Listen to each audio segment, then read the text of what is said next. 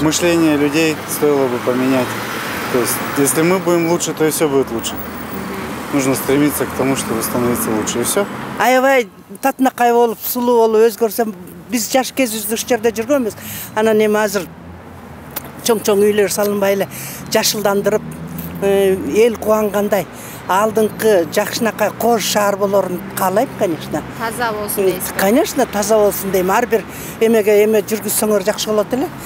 Жаштарга мындай үлгү болгудай, мусор таштабагыдай, түкүрбөгөндөй, какырбагандай дегендей каалайм шаардын сулуу болушун. Депутату хочу поменять.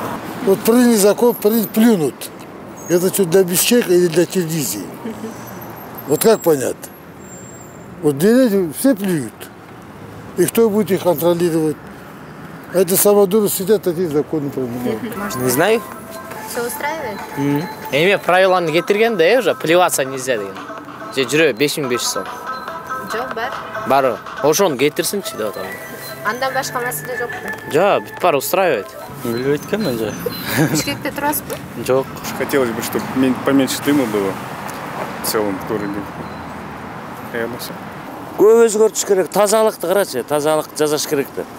Мына күзүндө капитальный уборка жасаш керек эле. Кышта да таза болот, туурабы? Анан биз жазында жасайбыз, кышта да монтип жатат, мына көрүп атпайсың. Вот ушуну оңдош керек. Так как я мама, с недавних времен я заметила, у нас появились пандусы, но они очень плохого качества. До этого, вот буквально месяц назад, их не было. А сейчас их стало больше, это радует, но было бы хорошо, если бы они были лучшего качества. А еще, чтобы не курили в общественных местах.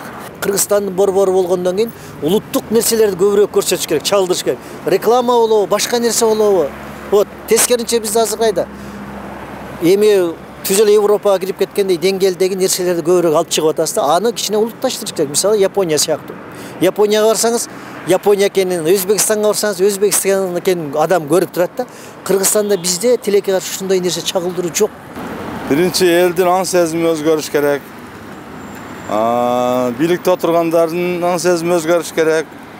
Ушу Бишкек шаары өзгөрүп, жакшы шаар болгонун каалайбыз.